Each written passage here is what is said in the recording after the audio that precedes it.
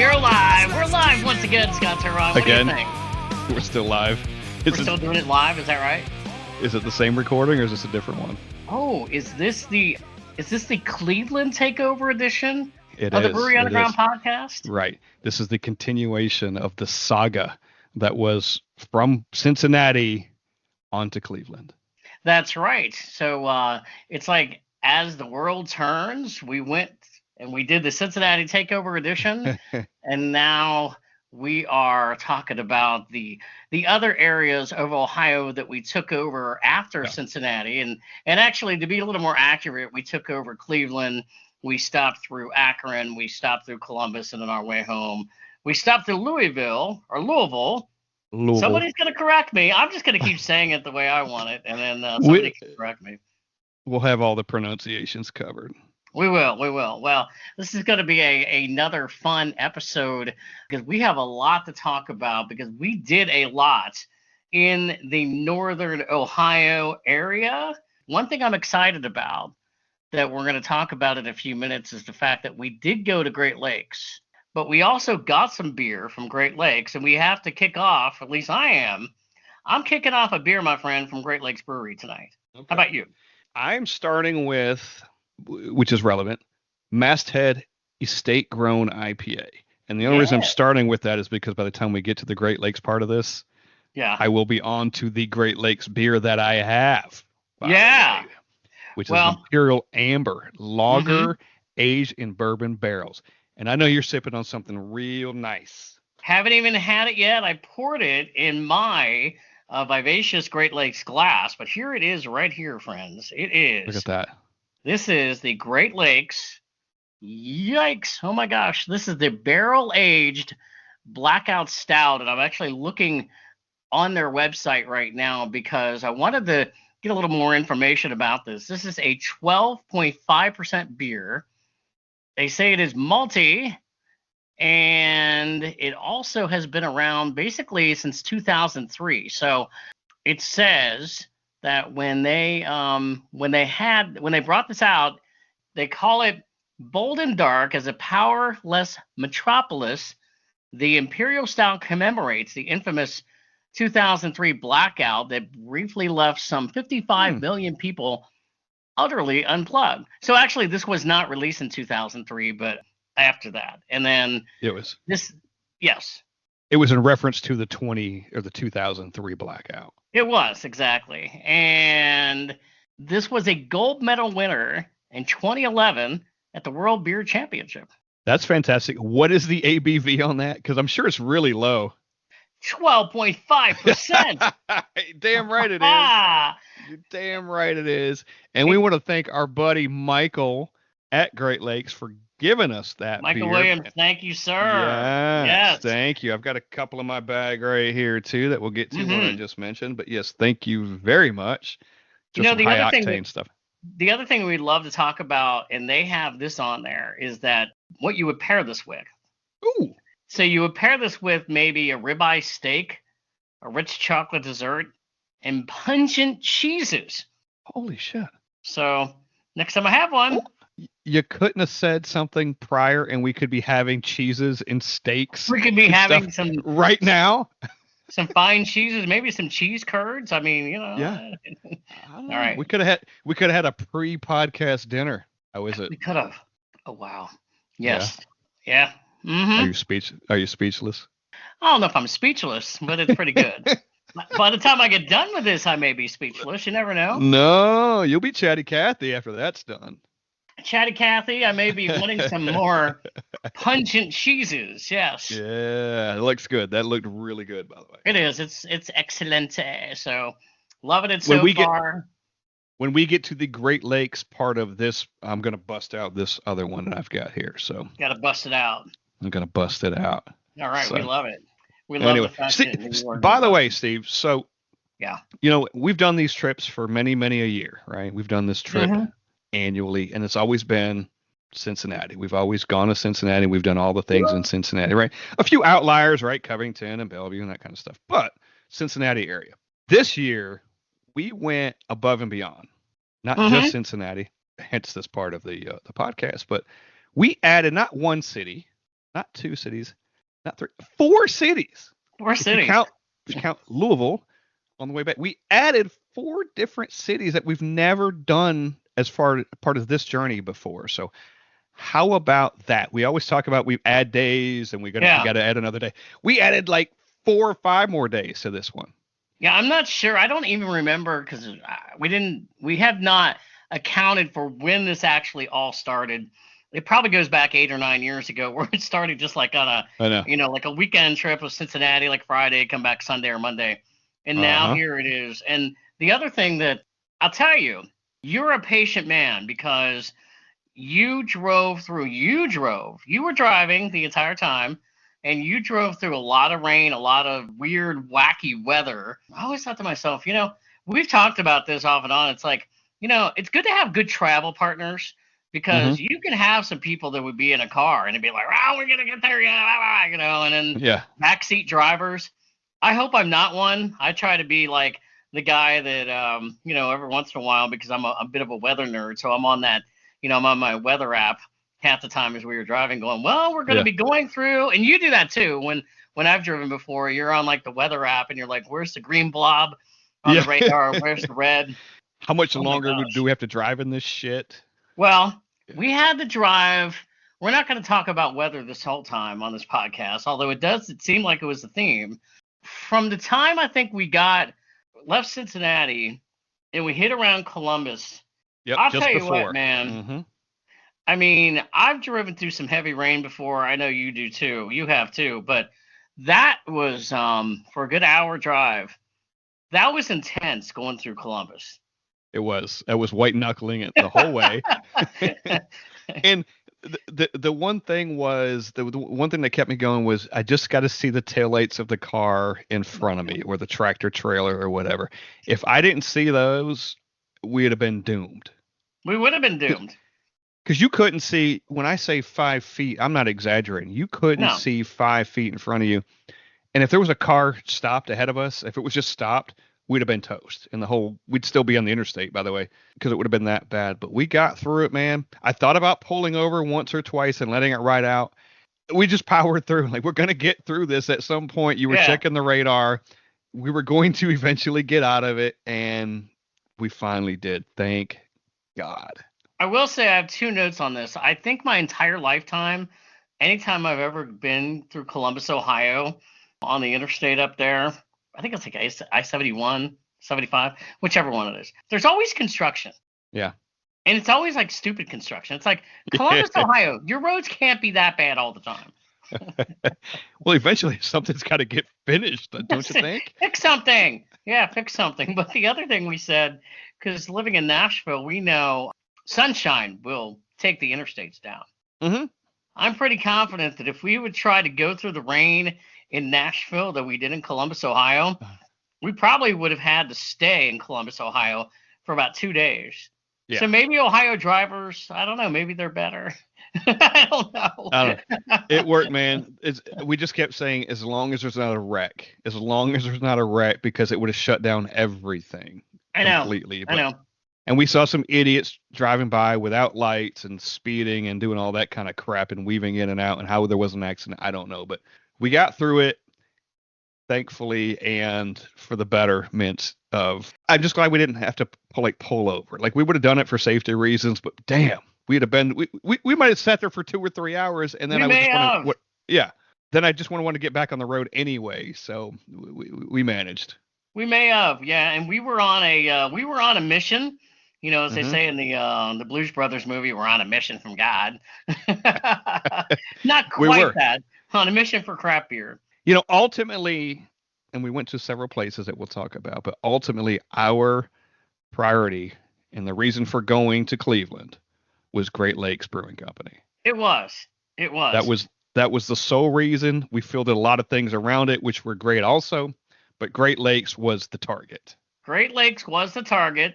And we targeted them, and we will talk about that in a few minutes. But we certainly for, just basically when we were on the road, we had left Cincinnati, and this was on Wednesday. That was May 21st. So that's right. The first stop, we were hoping to get here because you and I had both had some of their beer in can over time, and it was a brewery that I did not even know had been around this long, and we'll get some information on them in a few minutes. Yep. Hoppin Frog in Akron, Ohio. Mm-hmm. Shout out to them, man. What a great place. And the funny thing was, we got the Hoppin Frog. We had outrun the rain, but I had said to you, I'm like, I don't know how long we're going to outrun the rain because it looks like it's pushing up towards us. We had a clearing for a bit, yeah. We had a clearing. But yeah, we went to Hoppin Frog in Akron, a really fantastic place. It's actually across the street from an old Goodyear blimp plant. We saw that building and we had no idea what the heck that was. It was massive. Like, what is going on here? And I'm sure inside Hoppin Frog, they probably have answered that question about 1 million times. But it was really cool. I mean, it was interesting because it's always fascinating to go to breweries and see, like, are they in a big central area of something? And I don't know how populated Akron is. I mean, it's a fairly, large city in Akron, but in Ohio, I should say. But Hoppin Frog, it's kind of in the middle of a rural area, so to speak. At least it looked like it was. I could be wrong, but it seemed like it kind of was off the road. But we got there, and we're talking to the guy inside, and I'm like, so the brewery, they've been there since 2006, and I did not know this. This is really impressive. They distribute their beer not only to 21 states, but 40 foreign countries. The Hoppin Frog does. Yeah. He said they were international. And you know what's funny? We get a lot of it here. We've seen it quite a bit. You just imagine this gigantic place, right? Because they distribute so much, and we see a bunch of it here. And we can go to multiple liquor stores in town, and they've got Hoppin Frog. We see it regularly. Yeah. And not that the place was tiny, but you just imagine it like it's 10 square blocks. They're doing all this distribution and stuff. And you get in there, it's like, it's just a nice, cool spot, but they make a lot of beer and they distribute to a lot of places, and it's really cool to see it in person. Nice, cool spot. Obviously, that's where they distribute the beer. You could see that on one side, and then the tap room on the other. So we went in there, and we knew we weren't going to be in there a long time. It's kind of like a couple places on this trip. It's like, okay, how much time do we have? Yeah. We probably we were in there for maybe an hour.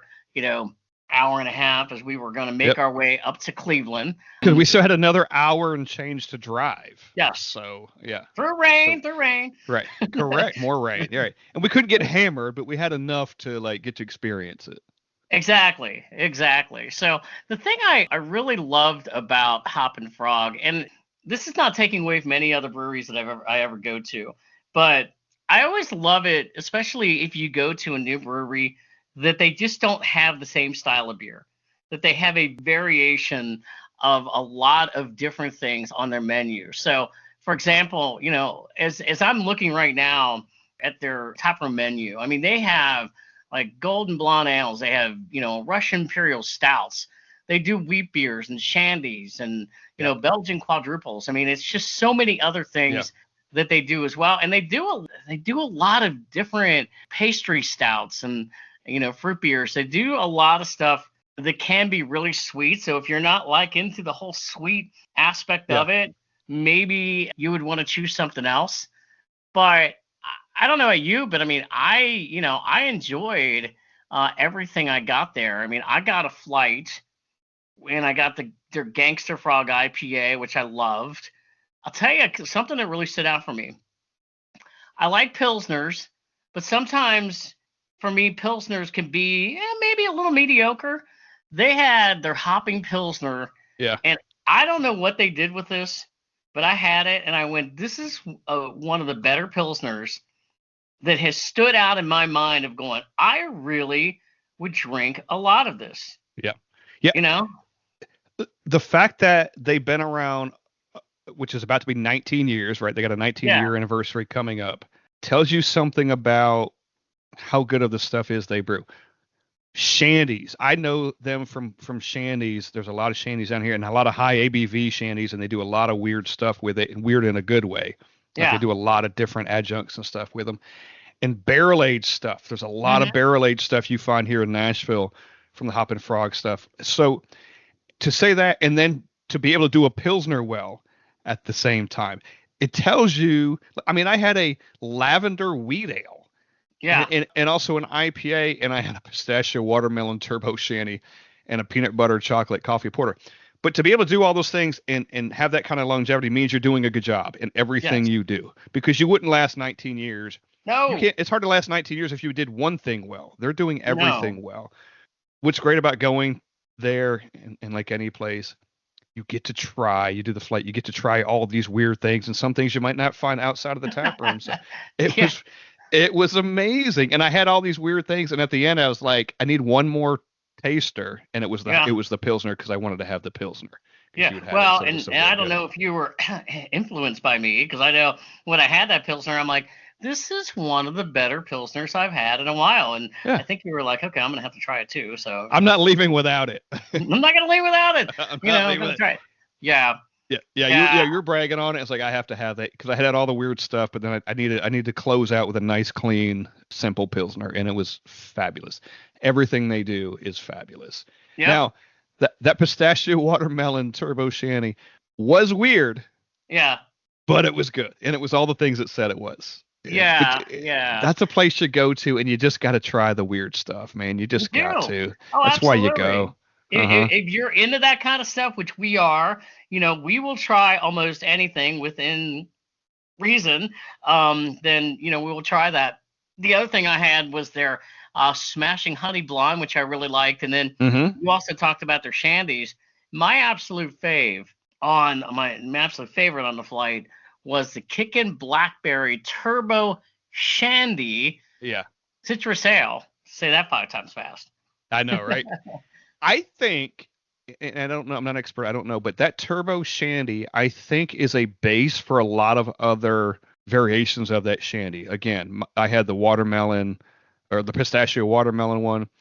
When we came back, we had the can of the peanut butter jelly turbo shandy. So I think the turbo shandy is a base for a lot of things that they do, and they do variants of it. So, which that is currently sitting in my refrigerator, and I will have, and I look forward to having soon. I didn't look it up. I could, if I would have thought about it, I looked it up. I had a couple of their beers in can over the past year, and one of them in can, it was like a pastry stout, and it was like a chocolate raspberry, and I remember having it, and I thought, this goes back to a lot of the conversations we have at times where you're like, is this too much in a 12-ounce can? That one would have been good on a flight. I started having it, and I'm like, I like it. Yeah. I taste the chocolate. I taste the raspberry. I get what it's doing for me. But, man, this is really, really, really sweet. And, so sometimes that's why a flight comes in handy. Yeah. They're very rich. There's a lot of it. Like, even ABV aside, because those things are like 12% and above, but even that aside, they are very rich, and it's like, it is a lot, right? Like 12 ounces of that. Sometimes, when you ever drink a beer and you keep drinking it and just feel like there's more in there. Like you never get, there's never less. Yeah. Sometimes, and again, good, but it just gets to be a lot sometimes. Yeah, a little bit too much sometimes. Sort of like what we talked about on the Cincinnati takeover episode, and we were fabled and we had the mead, and it was like, okay, at some point I gotta stop. I'm gonna go in diabetic coma here. So I love it. I love what you're doing here, but I don't need 12 or 16 ounces of it. I don't need any more of this. No, it was good though. No, it's good stuff, and so glad we stopped. Great spot, man. Just anybody that's it that way, because I guarantee you, everybody that's listened to this knows of Hoppin' Frog in one way or another. Like, sure, it's out there in the wild quite a bit. So like I said, just going back to what I said in the beginning, I did not realize their reach. I did not realize that not only do they distribute to 22 states, they're in 40 freaking foreign countries, for God's sakes. That's crazy. That is impressive. That is extremely impressive. So, I'm sure navigating those laws is easy. I'm sure it is. I think, and I may be wrong, but I think, we've talked to Porch Beers, Keith and Coop. Is not Hoppin' Frog the place that they love the blueberry cobbler shandy or something that comes out that they go all the way there for when it comes Probably out. so. I think it's Hoppin' Frog, if I remember. Yeah, probably so. I didn't research before we started doing this podcast episode how many other breweries there are in the Akron area, but I would have to think that this one really stands out for people. And we were there on that Wednesday. I mean, we were there pretty early in the afternoon. I mean, it was probably about 3 o'clock in the afternoon or so, and there were already a few people in there. And the other thing we didn't get any. Well, actually, I did get something. I got a salad there because I was like in the middle of going, I need a little bit of food. I don't need anything heavy. You looked at me and like, when do you eat a salad? I'm like, well, usually at home, not necessarily at a brewery, but I don't think I've seen that. Yeah, you have. You've seen me eat a salad before. Like grilled chicken or something. Normally. But I think we've been in Cincinnati for so many days and we were eating out, it was like every night, like burgers and fries and all this. Yeah. And I'm like, you know what? Can I just get like a salad? Yeah. Just give me something. So, but they have food there too. So anybody that's in that area or going through that area, stop at the Hoppin' Frog. I couldn't say enough nice things about them. Yeah, totally. One last thing. When we got there, you're talking about the people that kind of showed up. They seem to be locals. Like everybody there just kind of seemed, when they showed up, they seem to be locals. They were there all the time, just talking to people. Like they'd been there a million times, which I thought was cool. No, we were sitting next to a guy who was actually telling us he was coming to Memphis for some event in a few months, and was asking us about maybe some brewery recommendations in Memphis. And I was like, stop through Nashville too, get some. Memphis has a few. There you go. All right. So after we left Hoppin' Frog, so it was funny. Onward we go. The journey. So as we were leaving, I looked out and I said, Scott, the radar app is accurate. The rain has caught back up with us. We outran it for about an hour. There it is again. We had to run to the car. Yeah. So our next stop was off to over just east of Cleveland to 11th-3 Brewing. Mm-hmm. And do you know what city 11th-3 Brewing is in? Yeah. So it's in a nice little town called Chardon, Ohio, Steve, which is, like you said, it's east of Cleveland. I don't know, 15, 20 minutes east of Cleveland. Nice little place. Great brewery. We loved it.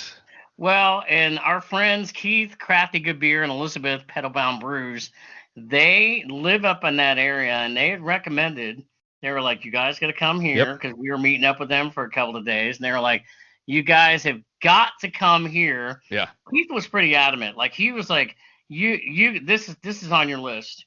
And it was mandatory. We were required to go. It was, requirement. He was like, this is on the list. You are going to love the owner. Well, you'll want to give him on the podcast. He was not kidding. That is very true. I think that this area is like their version of the Cheers bar because they knew everybody in there. Yeah. So we met Dave and Chelsea, are the owners. Yes. They sat down and talked to us for a long time. You had a really good conversation with Dave, which probably was a podcast in itself. Yeah, I didn't get to hear all of it. But you were on the other end of the table, and he came over and sat down next to me, and I probably talked to him for like at least 20 minutes. And like I said, you probably could have put the microphone up to us. Yeah. Really enjoyed talking to him. We mentioned it when we were talking about esoteric was passion. Man, he really loved to talk about beer and what they're doing, and he's really passionate about it. And they're making really good stuff. We'd had a few before. I think we got sent cans before. But man, to go in there, we had some cool stuff. And I love people talking about beer like that much. You can just tell the excitement and that they're loving what they're doing.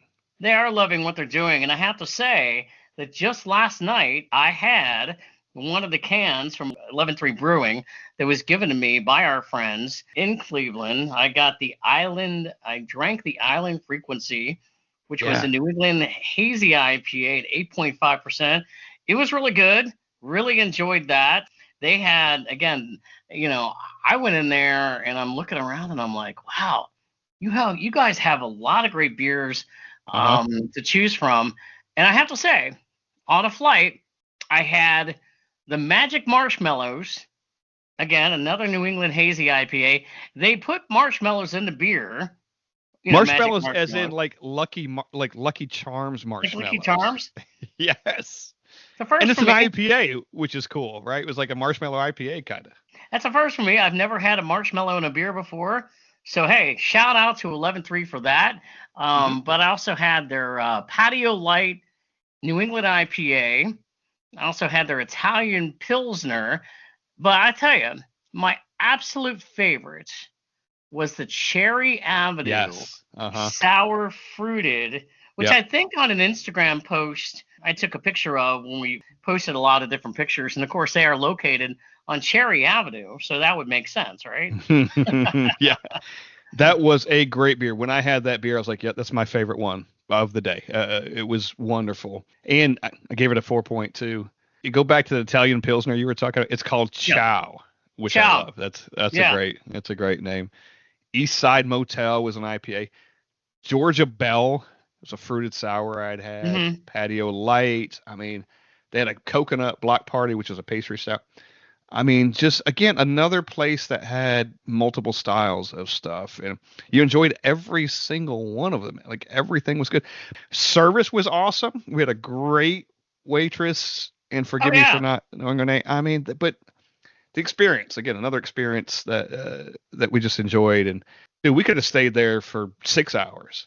We really could. We could have stayed there for a long time. And the other one I checked in there was the Blood Orange Blackberry, which was another, sour fruited that they had there that I really liked as well. But as you said, I mean, the owners, Dave, his wife, Chelsea, I mean, they came over and they talked to us for a while. And I think we've even talked about trying to get them on the podcast at some point. And they're about to celebrate 2 years in business. Congratulations to them. Yeah. And it sounds like in that area, like they own that area as far as like, there's not a whole lot of other breweries around there. So it's a great area that they, that people can come to, and experience, new craft beer. It's my understanding. I think, didn't they say that building used to be like an old mechanic's garage or something like that? Yeah, I think so. Something like that. Yeah. I love places like that. So yeah. That were formerly something else. Yeah. Yeah. Yeah, just wonderful spot. And they are passionate about coming on the podcast too. They're really excited about it, I think. I think we're just at the point we're just trying to figure out maybe a date. Yeah. Or something. So you will hear from them and you're going to love them. Like I wish, and if someone's listening to it, I hope they could, possibly have the beer at the same time. But you're going to love Dave and Chelsea. They're fantastic. And our friends Keith and Elizabeth said as much. When you meet them, you're going to love them and you're going to want them on the podcast. And sure enough, they were 100%. Thank you very much. Yes. Well, and the other thing too is it's something I always love. I always love to ask like people whether if they're the owner or whatever. I ask him, I'm like, "Are you the guy that brews the beer?" And he's like, "Oh yeah, I'm the guy." So he stands behind what he's brewing, and I'm like, "Dude, you are rocking it, man. You are absolutely rocking it." And I had one of their beers a few months ago when we did some beer exchanges that I really liked as well. So that was my first introduction a few months ago to one of their beers. And, I was like, oh yeah, so I was glad that we put them on the list. There was a little bit of, based on the amount of time that we're going to be up there, do we have time to get there? Right. Based on where we were staying, because we were staying in, downtown Cleveland. But yeah, I'm glad that we were able to get there and spend a couple hours there that evening. I am too. Like I said, it was required. So as much as we try to skip out and not going, that's a joke. We did. We totally were paying. Yeah, that's a joke. That's a joke. No, we totally. So glad we went. We're better for it. And you know what? I'm a little jealous of anyone that lives in that area who can go there regularly, because that would be a normal spot for me. That would be a regular hangout.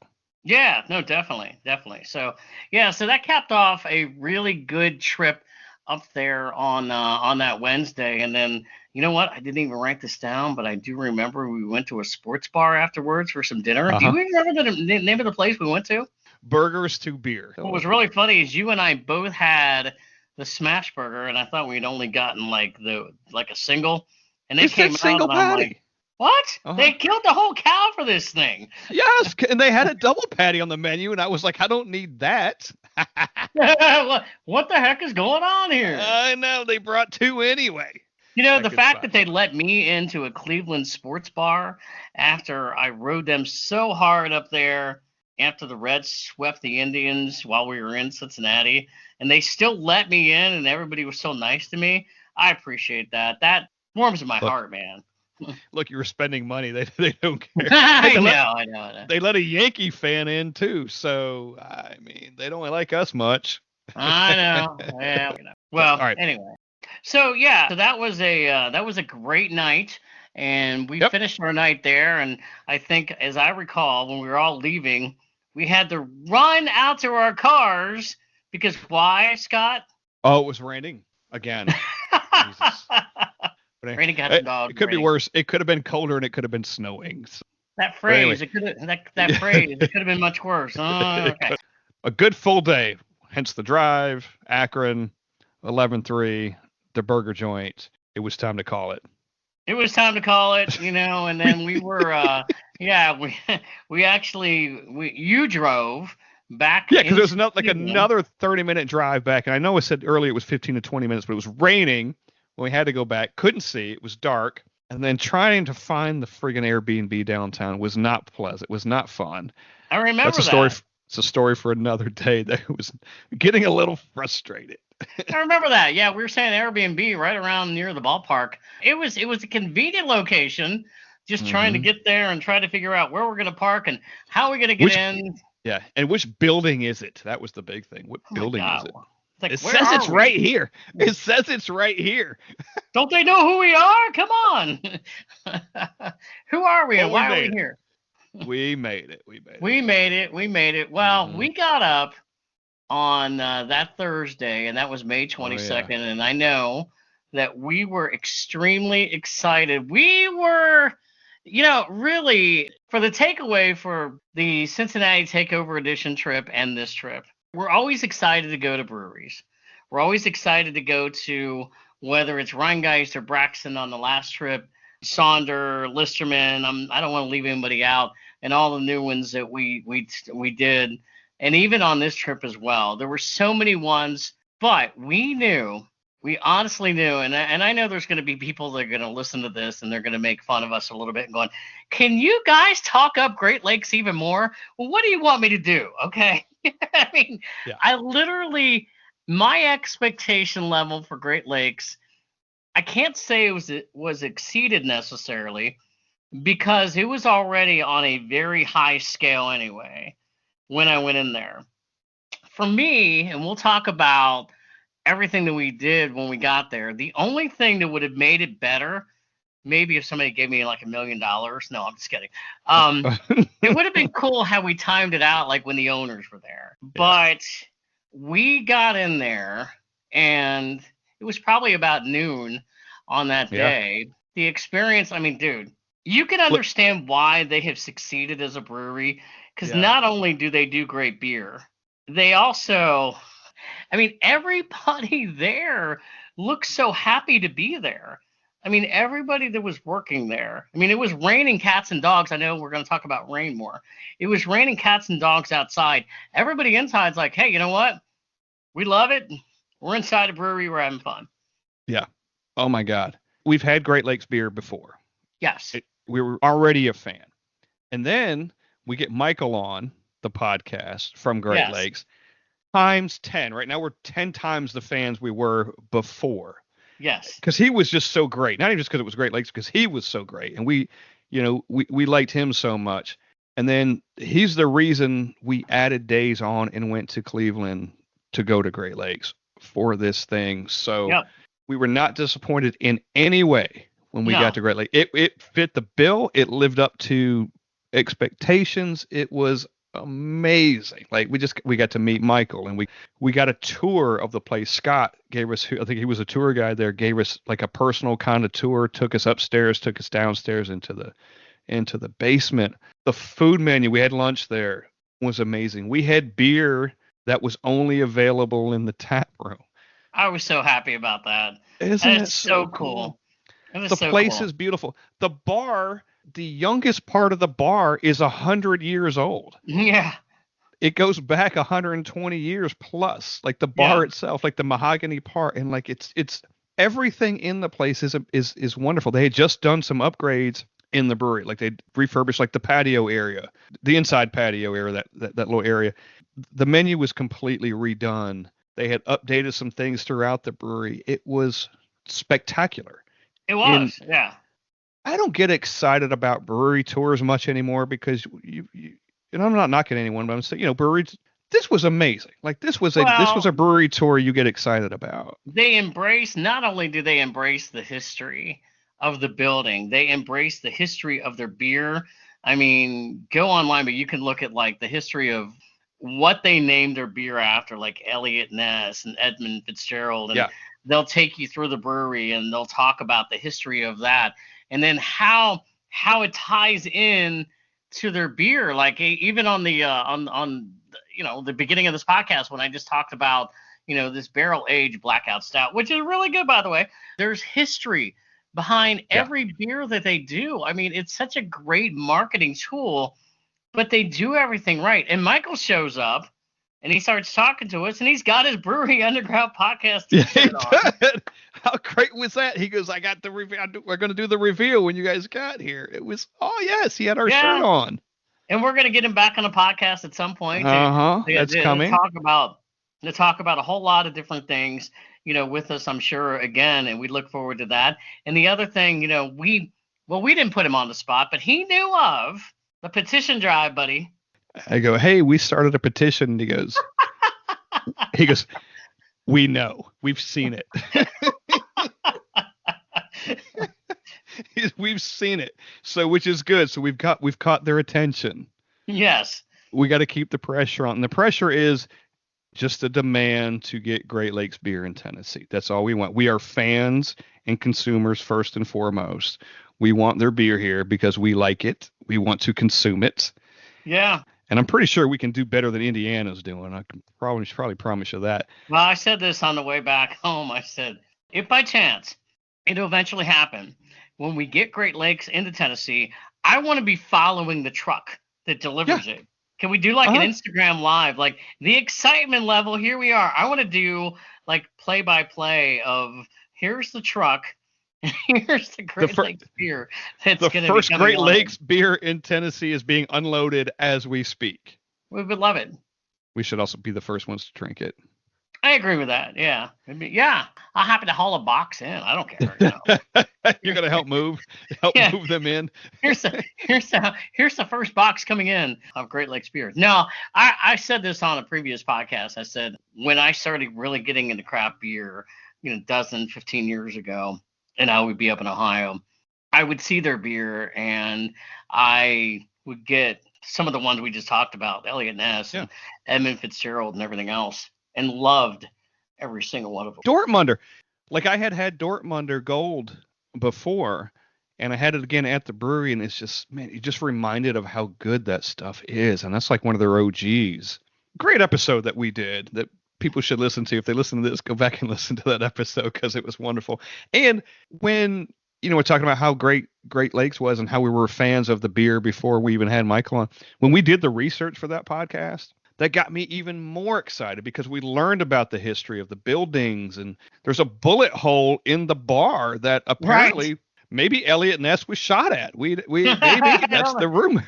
Yeah. I think it's been confirmed that he didn't actually maybe shoot because he didn't carry a gun with him off duty, but he might have been shot at. So cool stuff like that. And there's great pictures around too, right? We saw a lot of cool pictures and old artwork and stuff in the place too. It's just a wonderful experience. And we were treated extremely well by everyone in there. Not that we wouldn't have been anyway, but I'm going to say this. My favorite brewery of the trip, from start to finish, from day one to the last day, my favorite brewery, hands down, no disrespect to anybody else, but it was Great Lakes. I was actually thinking about this the other day, and it may be a different podcast episode, because I had started thinking about all of the breweries that we went to on this trip and the new ones we checked in, and I thought, what would I rate? Like my top 10. I mean, we went to more than 10, but I'm like, if we love our top 10s, and I'm like, if I rated my top 10 brewery list, I would almost have to put Great Lakes off to the side.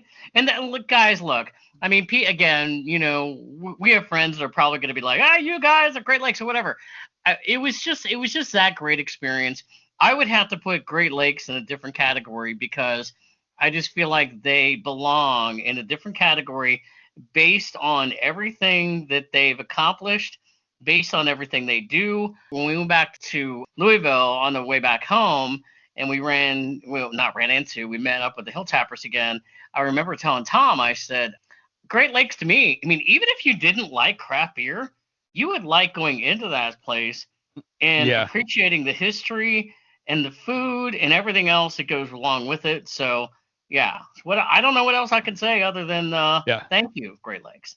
The place is perfect. I mean, it's perfect. It's the experience you want when you go into a brewery. And look, we were high on Great Lakes going into it anyway, but man, it didn't disappoint. And this won't be the last time you hear the words Great Lakes come up on this podcast. No, won't you be like, what? Especially as we push them to come to Tennessee, because come on to Tennessee, guys. We would love it. Well, we can't escape leading the way. Talking about Great Lakes and not talk about some of the beer that we had. I do also want to mention that Michael had given us the beer that I'm drinking tonight, but he also gave us some of their Cold Rush Premium Light Lager. Yes, which got a case of that. I had a couple of nights ago. Pretty good in a can. It's really good. It's a really nice crushable beer. Yep, that you can only buy in that area. Yep, absolutely. So some of the other beers when we were there, we actually did get a chance to drink some beer. I got a flight there. All of these I love. The Mexican lager with lime. The favorite of the day was the Return of the Lake Erie Monster Double IPA, which I love that name. I really love that one. I also had their Easy Buckets Blonde, the Rally and the Rally Drum Lemon Shandy, and Conway's Irish Stout. A good series on a flight, and really enjoyed them all. So the Return of the Lake Erie Monster is not the original Lake Erie Monster. This is the double IPA, which is like 9 or 9.5%. Yeah. So it's like a stronger version of the original, which is really cool. Yeah. I had a Your Hot Honey. That was the name of the beer. Your Hot Honey. Honey beer made with local honey infused with hot peppers for a sweet and spicy flavor. And it was delicious. Like you didn't really get a lot of the heat. It was just kind of there. I think the honey kind of offset it. Tap room exclusive, by the way. You can only get it there. All right. The Easy Buckets is a Cleveland Cavaliers collab. Oh, wow. I did not know that. Okay. Yeah, that's a Cleveland. And then, of course, I had Dortmunder, which revisit that any chance you get. It's the classic OG, and it's wonderful. Gold medal winning. And I had the Conway's Irish Stout, which I had for the first time. I can't believe I hadn't had it before. It surprised me, but I have had it now, and everything was just immaculate. Yeah, everything was. So thank you, Great Lakes. The only bummer of the day, again, this goes back to the weather. We didn't. That we had to leave? No, well, yeah. Two things. We had to leave. We didn't have to leave. It wasn't like anyone was forcing us out there.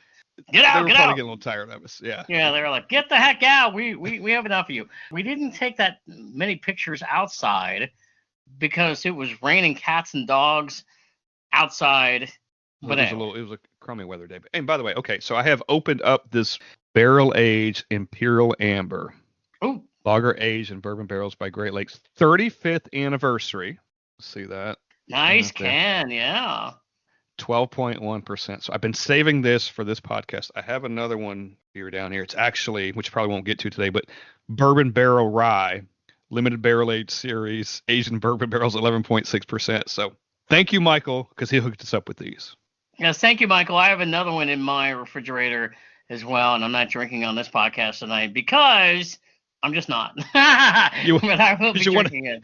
Because you want to get to the end? I want to get to the end. That's right. But all good stuff. So we were at Great Lakes for a couple of hours, and then we ventured back out.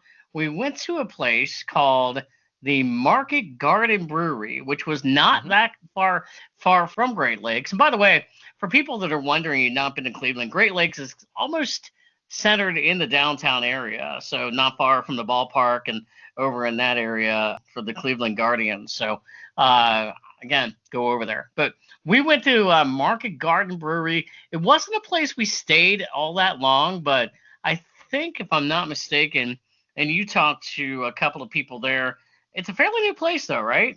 Yeah. Yeah, there's something about Market Garden where they own some other things, maybe some other breweries or have some other locations around. This was the Irish Town Bend Tap Room. And really the only reason we went in is we parked in that parking lot. Yeah. And we had to go back to the car for whatever reason. And then we're like, well, let's just go into here because it's literally 5 steps away. And we went in and I think even Keith and Elizabeth said that tap room hasn't been there, or maybe they brewed there, but you couldn't go in there and get beer or whatever. So, okay. But we went, cool. We talked to them that, threw a card down and some stickers, and might hear them on the podcast down the road. But yeah, a pleasant experience and something that we didn't even expect. It was kind of like a little addition, and it just happened to be right there where we were. So like a little bonus beer is what we got. Little bonus beer. I think we only stayed for one beer I had there. Uh-huh. Japanese rice lager, which I like. I'm always on the lookout for a good Japanese rice lager, and they had one. So, certain Market Garden Brewery looks like a place. One of the notes I took is you went around the place, you go upstairs as well. This looks like it has a lot of potential for a lot, big space. I can really see them becoming in the future a big player in the area. So hope a lot for them. Yeah, that whole upstairs looked like a big event space or something. I don't know, but it was massive. The whole, even downstairs was big too, and that was kind of more the tap room. Upstairs was something else completely. It looked like, but it was awesome. You had a rice lager, I had a dark lager, which to find those two in one place is pretty rare, right? A rice lager and a dark lager at the same time. That is true. Yeah.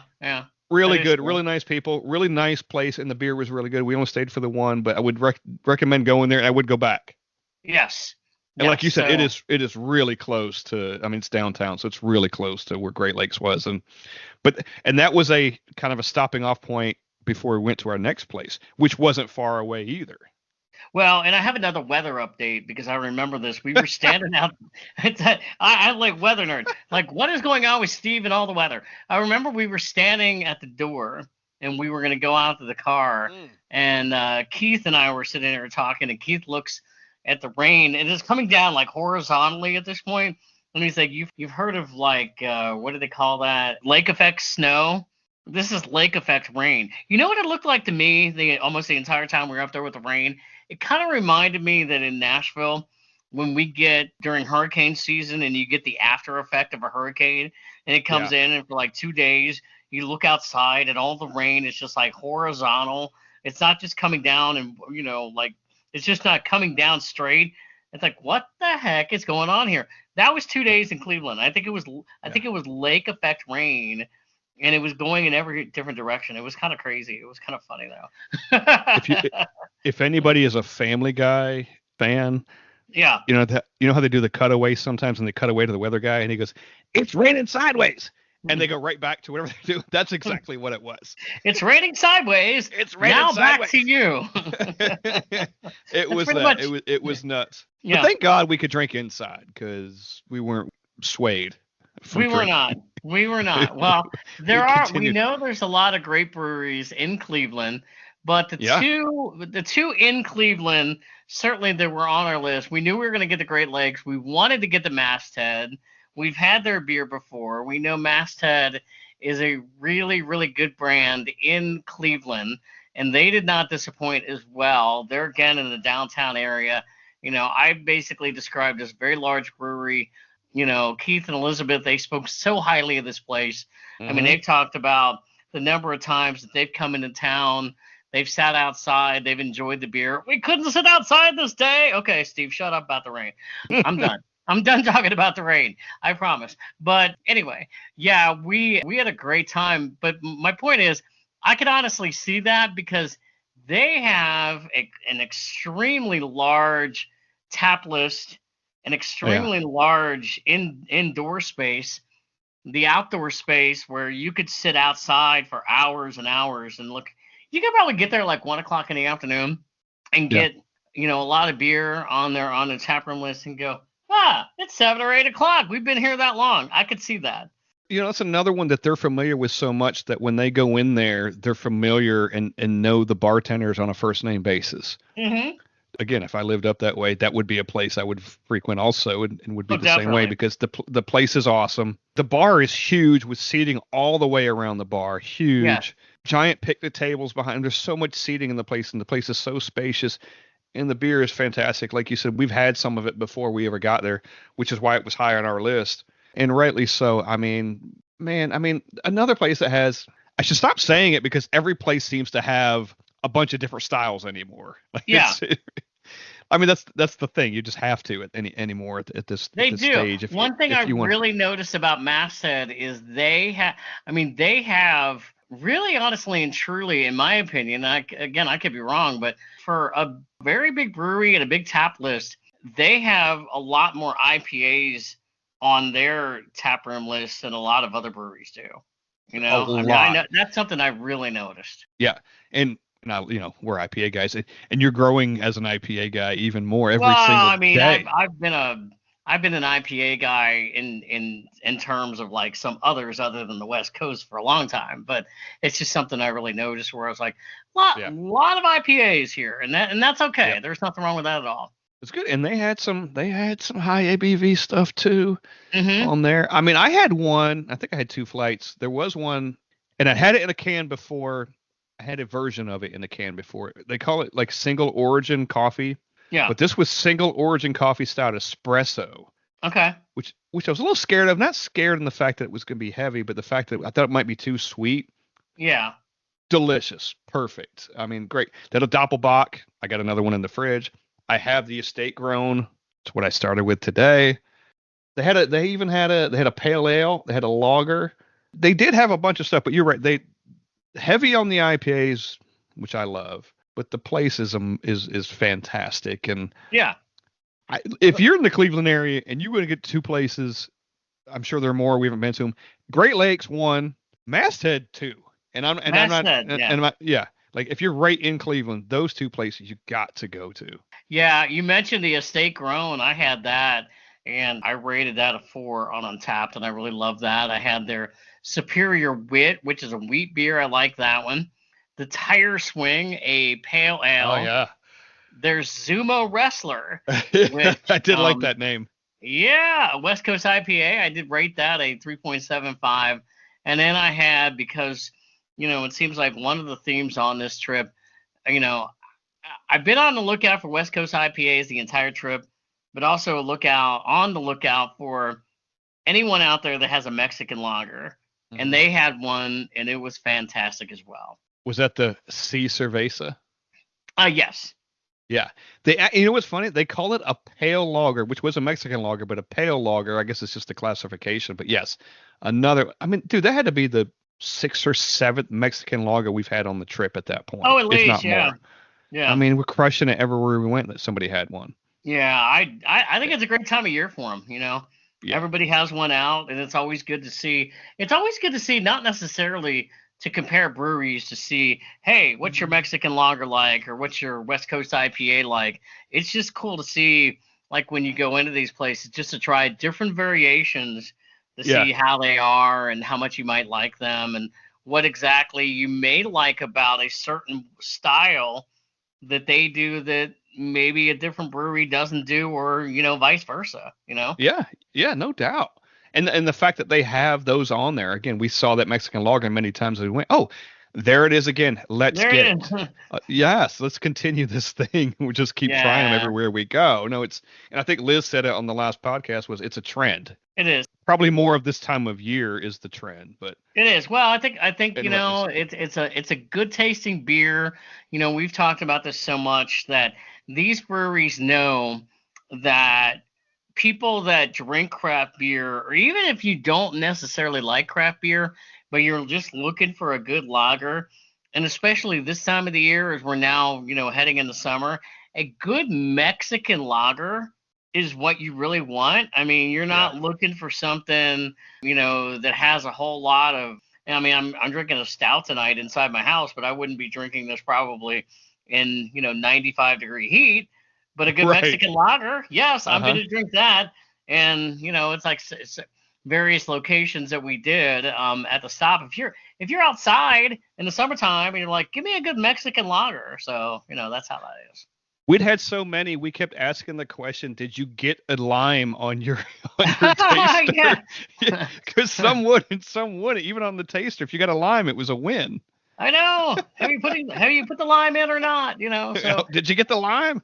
Matter of fact, going back when we were at Mad Tree at Cincinnati, like we had gotten the Mexican lager, and Tom got a Mexican lager, and he didn't get a lime, and I said, "Go back and get the lime," and he went back inside and got the lime on his.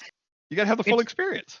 It is funny the things you sometimes pay attention to, and now that you have brought that to my attention even more, now maybe I will pay attention to that more. Sometimes I'm more like, just give me the beer so I can drink it because I'm going to enjoy it. And like, Yeah. Oh yeah, but the lime is going to stand out a little bit more because it is a Mexican lager. It's a Mexican lager, and if you get a pint, you're probably going to get the lime automatically. If you get a taster, it's not automatic that you're getting the lime, but when you got it, it was a win. It is a win. All right. It is.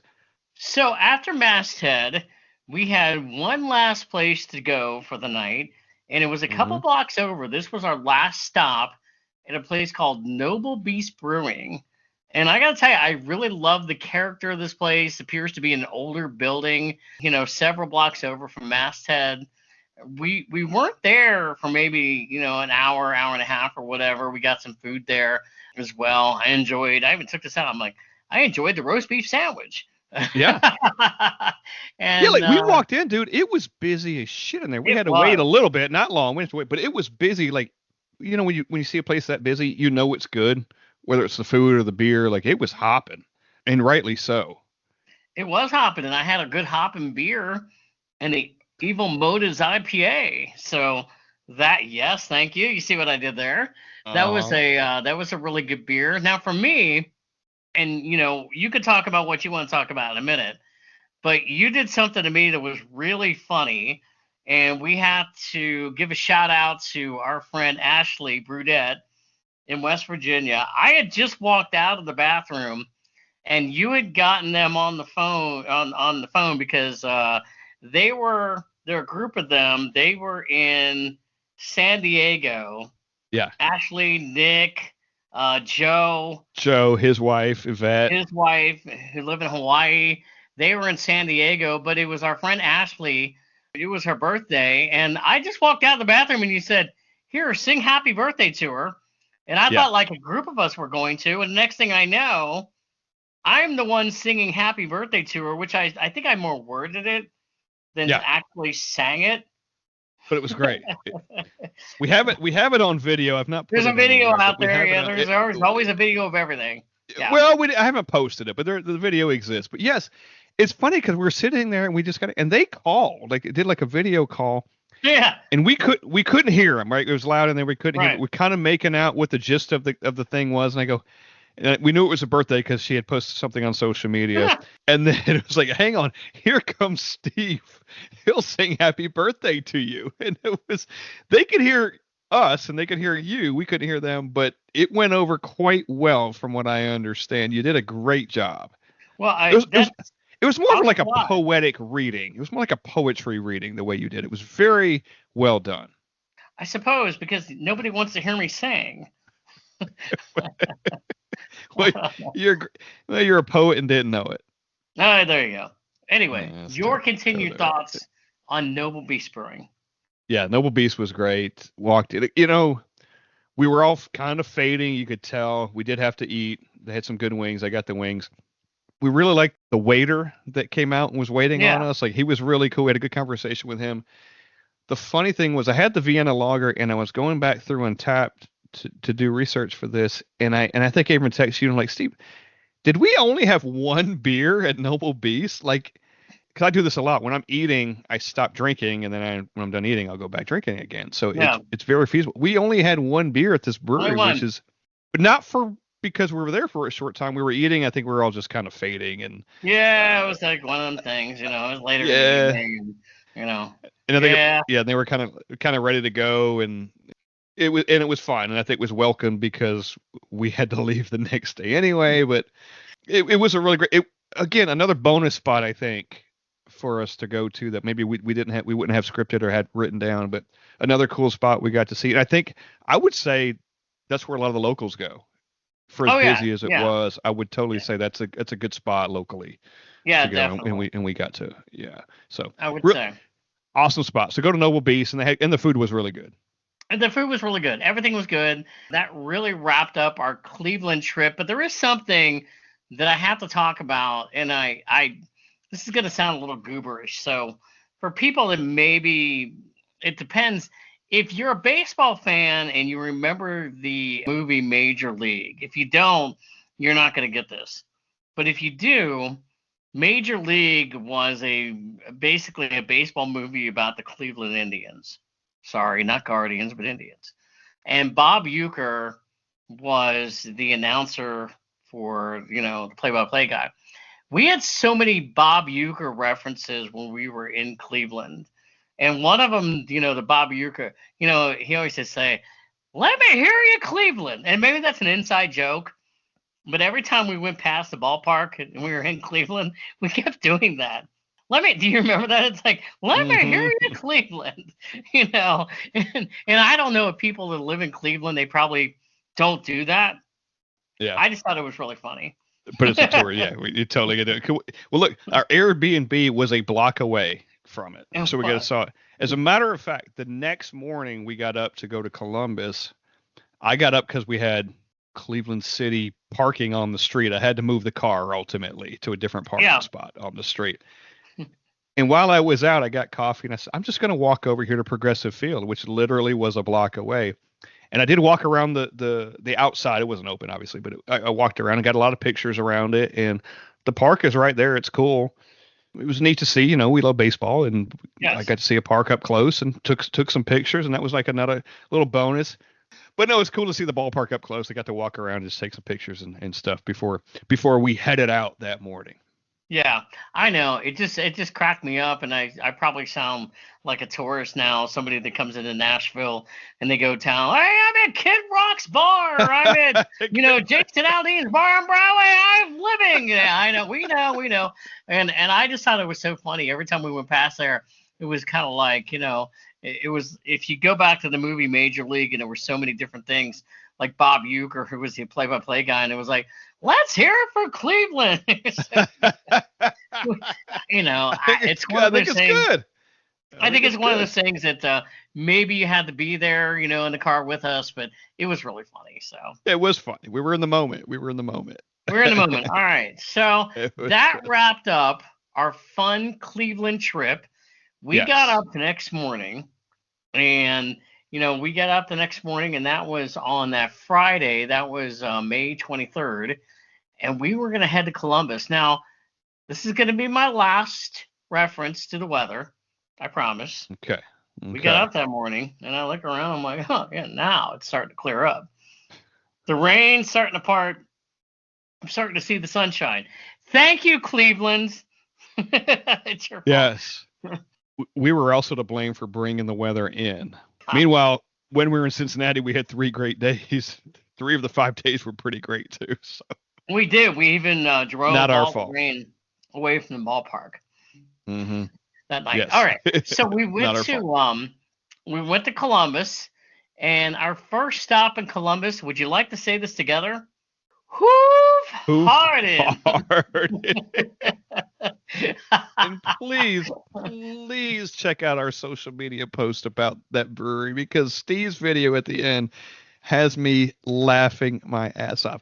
Where are we? Hoof-hearted. Hoof-hearted. How do you spell it? You spell it the way it's spelled, or you spell it the way it sounds. Oh my gosh.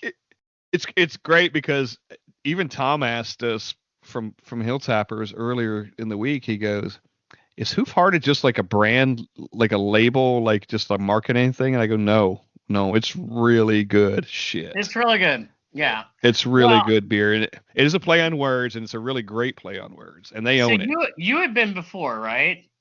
I'd been to that one and the downtown location. Okay, so this was my experience, my first experience at Hoof-hearted. I actually had their stickers that you brought back to me a while back, but so we went to the place that is north of Columbus. So this is not in downtown Columbus. I think this was in around Delaware. Is that right? No, around that area? It's actually Marengo. Yeah, it's probably around that area. Yeah, because the other place we went to was Delaware. This is Marengo. Okay. which we actually drove by on the way into Columbus. We made a Yeah. stop, and then we went back out because they weren't open yet, but we went back out that way. Okay. Marengo. Yeah. So it was a lot of fun. And, basically it's in the middle of an area where there's like a lot of farmland and stuff like that. I mean, you go in there, they have pinball machines, random artwork of wrestlers like Andre the Giant and Macho Man Randy Savage. Yeah.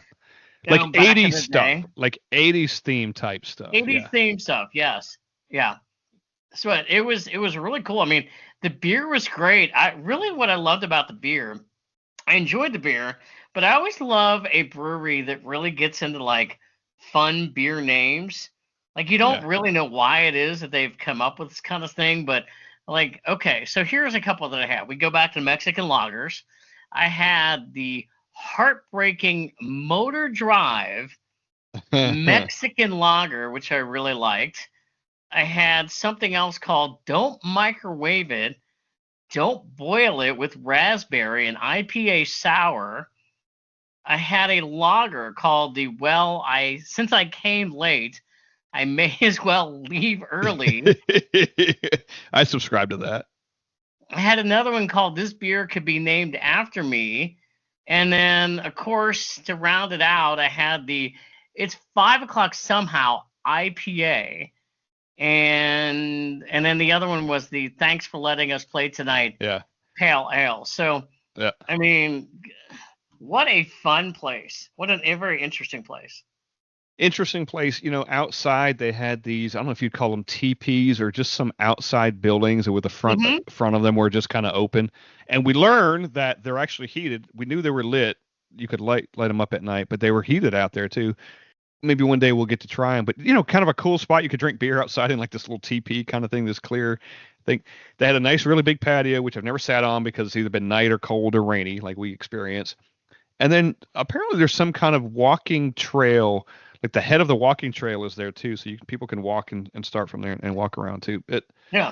Awesome place. I had a beer called Who'd Like to Hold My Clipboard, which is it's some kind of series, but this one was like a double IPA with pineapple puree, vanilla, marshmallow, and milk sugar in an IPA. Wow, I'm telling you what. That was cool. Yeah. Yeah. I had the same thing as you do. Well, since I came in late, I might as well leave early. And thanks for letting us play. And I did pints there, but wonderful place. Not just for the name. The name might bring you in. And I will say this, and I don't remember each one of these. I do know from experience that Hoof-hearted ABVs on some of their beers start at like 8.5 and 9. So be careful because they're all delicious and they won't taste like they're 8.5 and 9%. But they will get you. Not that they're all that way, but man, they have a lot of them that way. Yeah. They will get you if you don't pay attention. You'll wake up next morning like, what the hell happened? Yeah. Hoof-hearted happened. So just be careful. But they are delicious, and I love the place. And the downtown location is similar, a little more trendy, a little smaller, not rural. The decor in there is cool too. It's a little different decor, but it still has an 80s theme to it. It's like the cool 80s, if there's such a thing. They have it. Really awesome place, and I wanted you to go. I want to make sure you got there, and that was a priority. So when we got to Columbus, that I took you there. Oh my gosh! I mean, of the whole trip, of the Cincinnati trip, of the entire trip, Cincinnati, Cleveland, Columbus, Akron, Louisville, Hoof-hearted was definitely a big highlight. And the other thing, and we see this so many times at breweries, they also have a food truck outside. Yeah, they did. Yep. Here's the other thing. We talked about the artwork and the, in the place.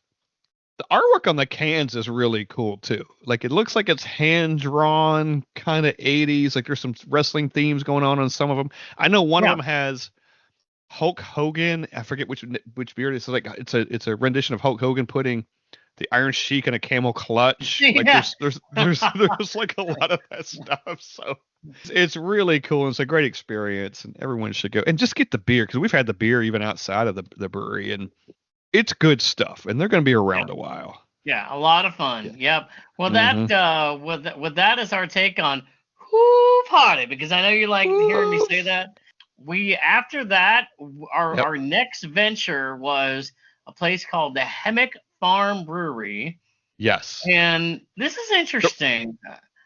Go ahead. So the reason we chose the Hoof location, Marengo versus downtown, is because Henmick Farms was not. It's also rural, and it yeah, was near that Hoof location, so it kind of yeah. worked out. So continue. Sorry, I didn't mean to interrupt.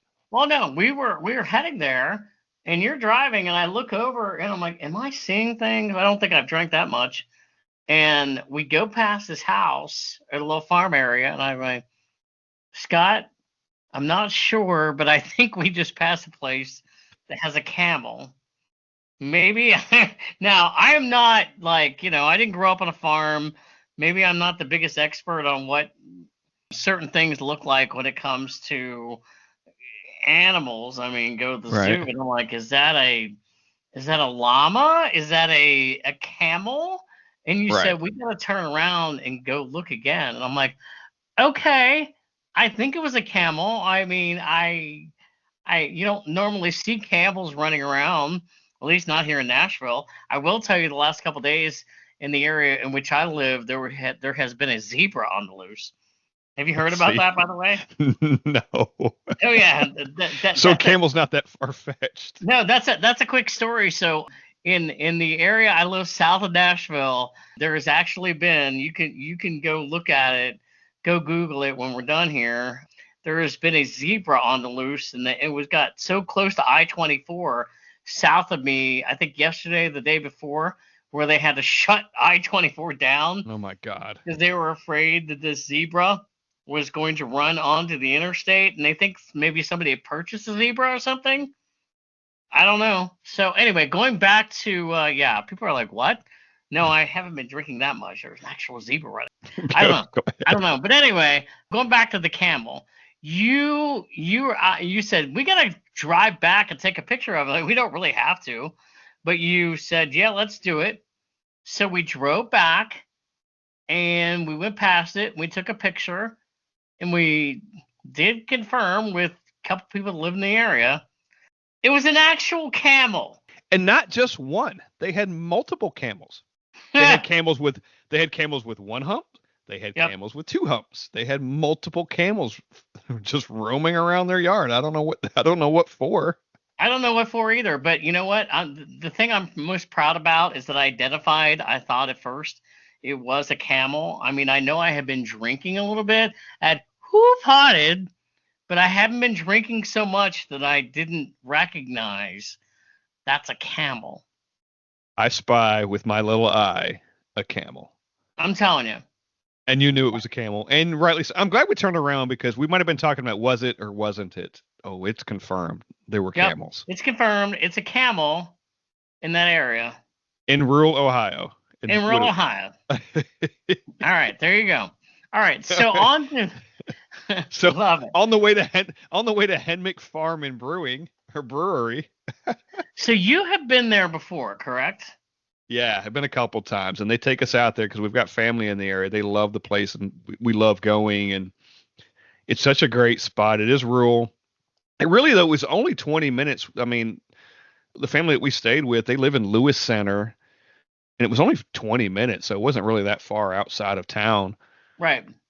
But yeah, I mean, just beautiful place. It is a family-owned farm. The people that own the brewery now have owned the land. The family has owned the land for like 100 years or something, Oh like wow. Okay. multiple, yeah, for a long time. So it's still in the family, and it's been a real farm. It's done different things along the way, with animals and dairy and all sorts of things. But I think they just decided, hey, we're going to build a brewery out here and Why have not? people come. And it's wonderful, right? The buildings are great. Big giant, I don't know if you call them barns or what, but it just looks like a farm from the outside.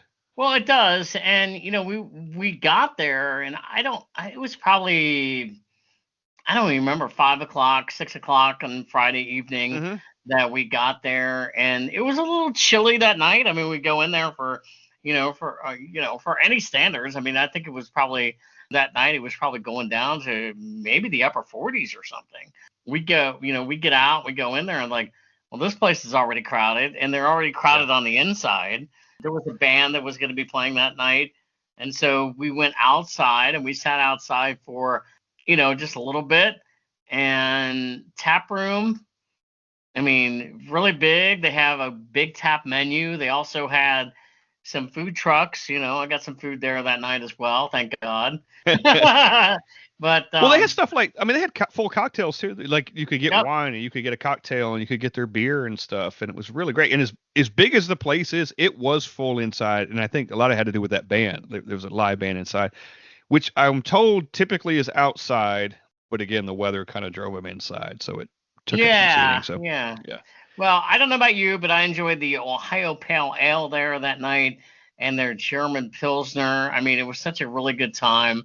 I enjoyed it. And I think the overall theme of the entire brewery trip, whether it was in Cincinnati or Cleveland, is that almost everywhere we went, we talk about brewery experiences all the time. Every place is different. I mean, I don't think I've ever been to a place that basically is a farm.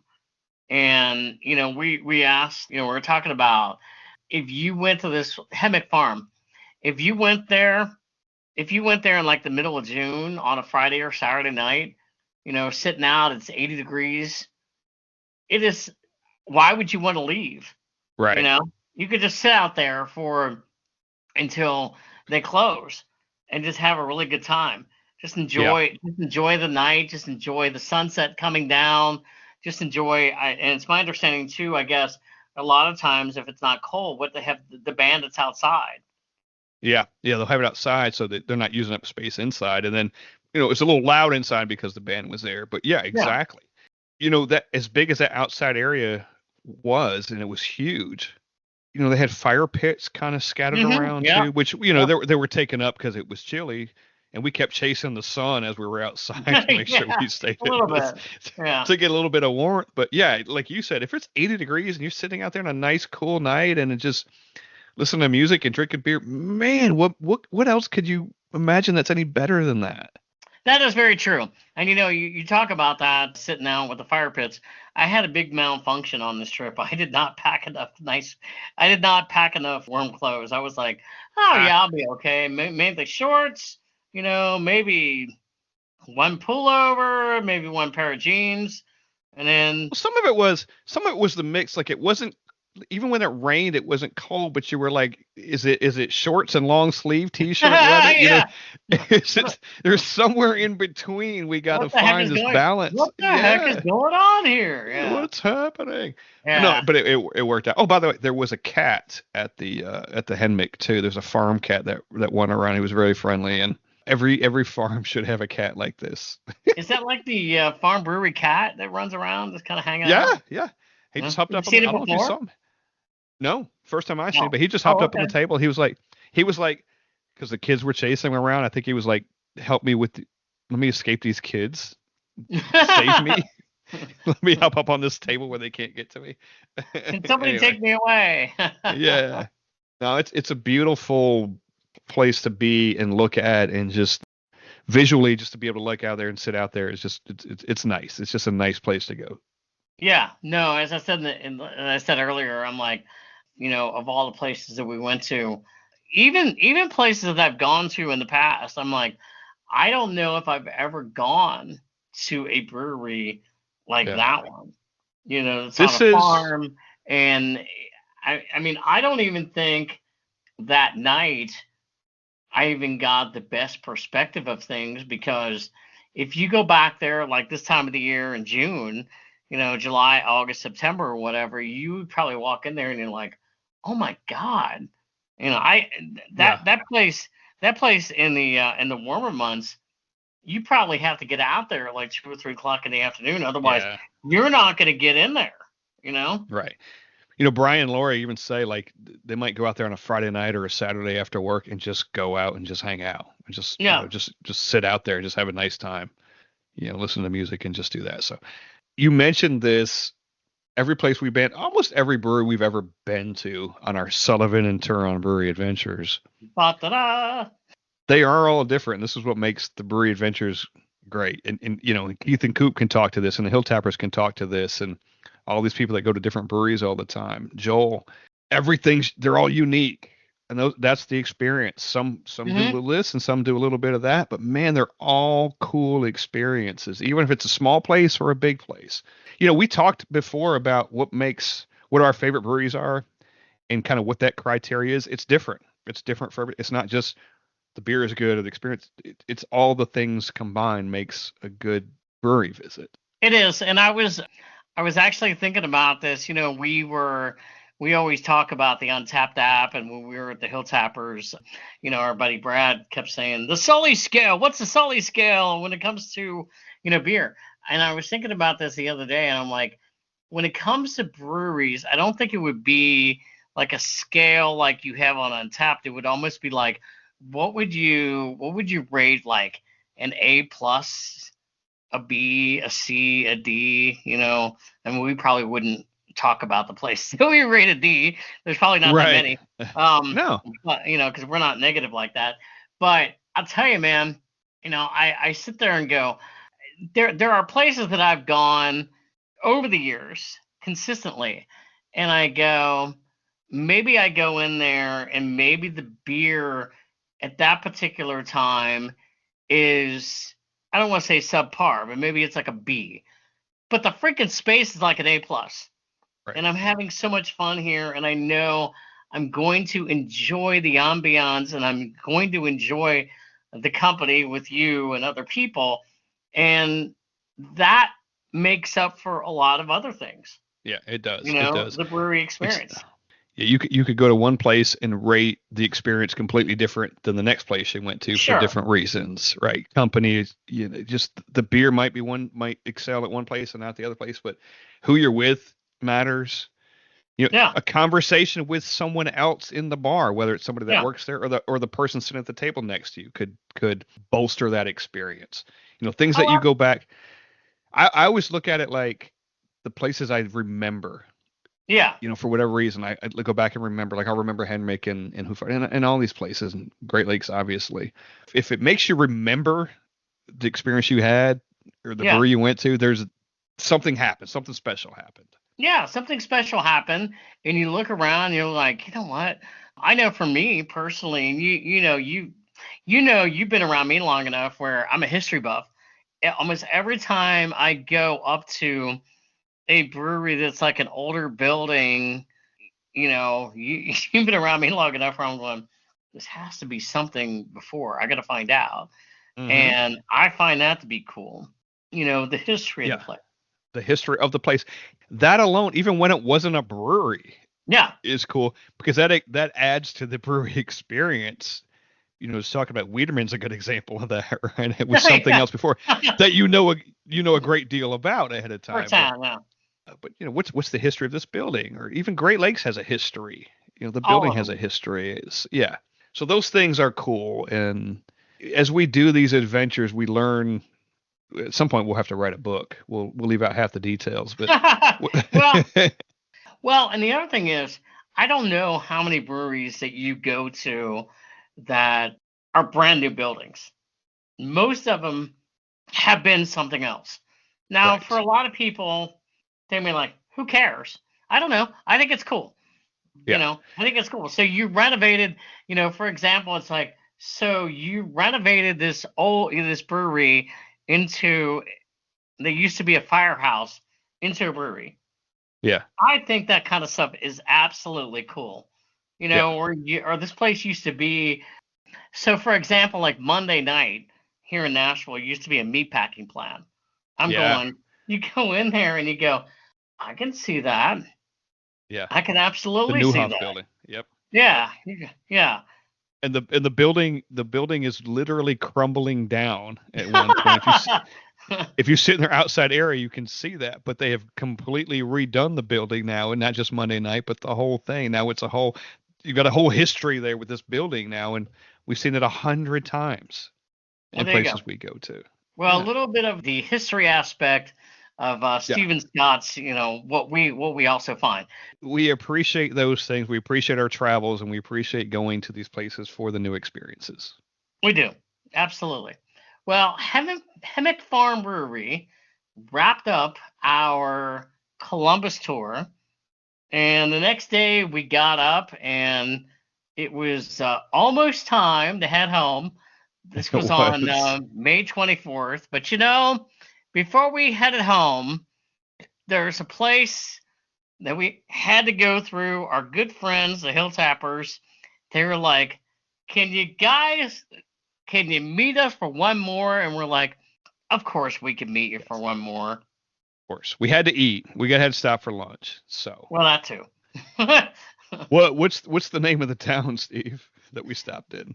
We stopped in the town, the home of the Kentucky Derby. Good old Louisville, Kentucky. Louisville, Kentucky. Louisville, Kentucky. Love Louisville. I do love Louisville too.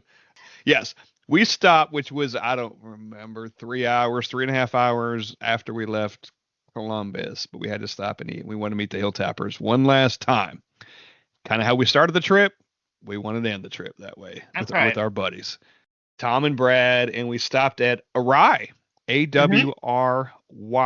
and it's one of their, if not their favorite brewery in Louisville. Right. So we stopped there. We had lunch. We had a couple of beers. And I think originally we had planned on maybe going to another place after that. And I started to fade. I'm like, we got to get back. I got to drive back. We still had 2.5 hours left. I just want to get home at this point. But no, we had a great visit with those guys one last time. Got a good lunch. Awry has good food. As a matter of fact, I think I had they had their own version of the McRib.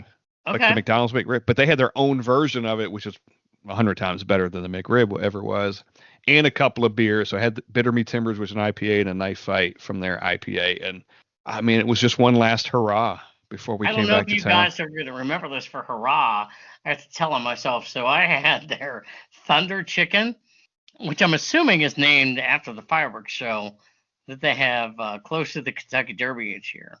I was not prepared for the first bite. It exploded in my mouth. It was extremely hot. I had a beer in my hand. I ran for the water. The guy that worked there saw me and he goes, "Do you need some water?" And I'm like, "Good. Got it handled."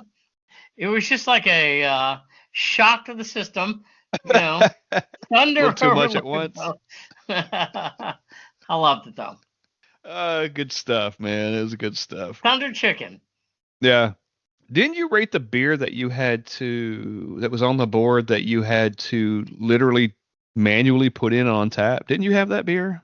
I think so, yeah. So I had their wine on, which was a Kolsch, and then the Pilsner. Oh, okay. I mean, there was another beer. Maybe Tom did it where there was another beer and I was going to get it, but it wasn't in Untapped yet, and I didn't feel like manually checking it in. No, I had the Kolsch and then their Pilsner sitting on the rainbows. And both of them were really good. So, after we went to Louisville, that wrapped up a very, very, very long trip in which neither one of us got up each day and had like a major hangover. We weren't sitting around going, "Oh my God, we can't function and we can't get around," or anything like that. Well, it helps when you can sleep till 9 a.m. every day, which we did at no hangovers. Part of our stats, 0 hangovers. Sleeping in, yep. Little sleeping in. So, like we did with the last episode, we have some stats. You want to talk about some of our stats on this leg of the trip? Well, I know my stats on this leg of the trip. I had 31 beers. I checked in 9 new breweries for basically the total for the whole trip for Cincinnati, Akron, Cleveland, Columbus, and Louisville. I had approximately 88 beers. I think give or take, there may be maybe one or two more. A few of them I've had before, but I also checked in. This is what I really love. 16 new freaking breweries on the entire trip between Cincinnati, Cleveland, Akron, Columbus, Louisville. Love it. Absolutely love it. I love that. Don't you love the new shit, whether it's new beers or new breweries? Isn't it just great?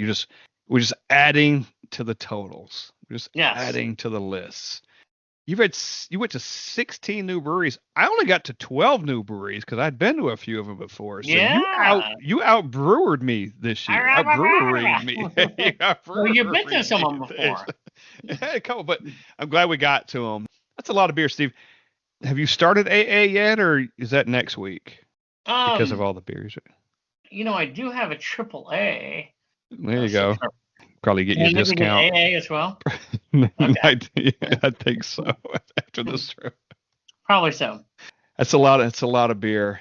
I had almost on par with you. I had 38 new beers on the Akron, Cleveland, Columbus, Louisville trip. That stretch, 41 total check-ins and 6 new breweries on this one. You totally exceeded my new breweries on this trip. Overall, 118 new beers, 127 check-ins, 12 new breweries, and a total of 26 breweries on the overall trip from Friday to Saturday. Well, there you go. In the 8 days. It's incredible. 0 hangovers. Oh, by the way, and we just determined this yesterday. Mm-hmm. We have hit our 300th brewery. Oh. Now, some of our friends have hit a lot more than that, but 300 total breweries between the two of us is a lot of damn breweries, sir. And on this trip, we hit our 300th fucking total breweries. So we're getting up there. It's a lot.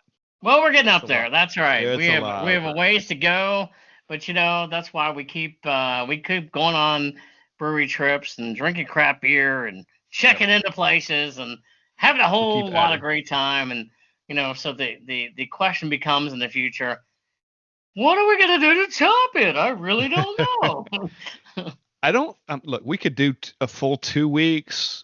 Lord. Probably shouldn't do that. Let's break it up. let's save some for another day. But I got a few highlights. We talked about all of them, but a few highlights. I just wanted to bring up meeting Ryan at Mad Tree. Yes. Meeting Michael at Great Lakes. Yes. John and Anique and Brian at Esoteric, and then Dave and Chelsea at Eleventhree. Getting to meet those people was amazing. Those are highlights. Getting to hang out with the Hill Tappers as much as we did. Awesome guys. They love what we love. We love what they love. Just drinking beer and going to new places. Yes. We got to see Keith and Beth. They're such great guys, and they're funny. And there's going to be a lot more brewery adventures with them in the future. Thank God. Yes, and they will be on the podcast at some point very soon. Yep. We got to hang out with Keith and Beth, who gave us a phenomenal tour of Cleveland and took us all to all the great places. Thank you. Yes. 100%. We had a good beer trade. We got beer from Great Lakes. We traded beer with Keith and Elizabeth. Thank you for that. We went to 2 baseball games. We did. The Reds actually won. Weather turned out to be good. We got to see some family. We had beer. We had great beer all along the way. You continued your West Coast IPA journey. the continuing journey. And one of the things that I can't wait for it to happen is your push for 1,000 unique beers. I just mentioned in the last episode. Everybody. You are coming up very quickly. So I feel like maybe that'll be happening in a few weeks at Preds Fest. I mean, there's so many opportunities to check in so many new beers at Preds Fest. Yeah. And I think we're going to run into the foamy heads there. I think so. I have a feeling that if I can actually, because I go to these beer festivals and I'm like, I don't have time to check in beers. So I guess I'm just going to have to make a concentrated effort to take some pictures. You got to be current, because as you approach 1,000, you want to hit that thousandth when you hit it. Like you want to hit the, in real time. You want to hit that thing. In real time, I'm telling you. And actually, because that's late June, that's probably going to be a perfect timing. Plus, you probably have enough beer in your fridge right now to get to 1,000 between now and then. So you're going to chip away at it between now and then. There's a lot of stuff in there. You're going to approach, So get all the old ones that you haven't checked in yet. Remember those. Get those in, because we want that 1,000th to count. Yeah. And we also have to talk about, even though this particular episode is talking more about what we did in Ohio, another beer that I checked in last night that adds to the list was the No Crust Strawberry from Marble Fox Brewing here in Nashville. We talked about these PB&J beers. Marble Fox, John, you have rocked the world on this one. I've rated this one a 4.50 on Untappd. Outstanding. Really great beer, isn't it? Yep. Yeah, it's wonderful. And I gave them out to a few people, like when we did the adventures we just did up in Kentucky and stuff. And I know a couple of people checked them in and like, this is fucking phenomenal. So it's phenomenal, yes. Marble Fox. And by the way, Marble Fox has got a 2-year anniversary coming up in June. I know. We'll talk more about that. We're going to go there for that event, but congrats to them. And we love what they're doing. Yep. Well, we love what everybody's doing. We love what everybody's doing. That's right. We just love to talk about breweries and craft beer and the beer community. And so, by the way, I have to say, I'm trying to think, what am I ending this Great Lakes Blackout Stout? What am I going to rate it? What are you going to rate it? Pretty high.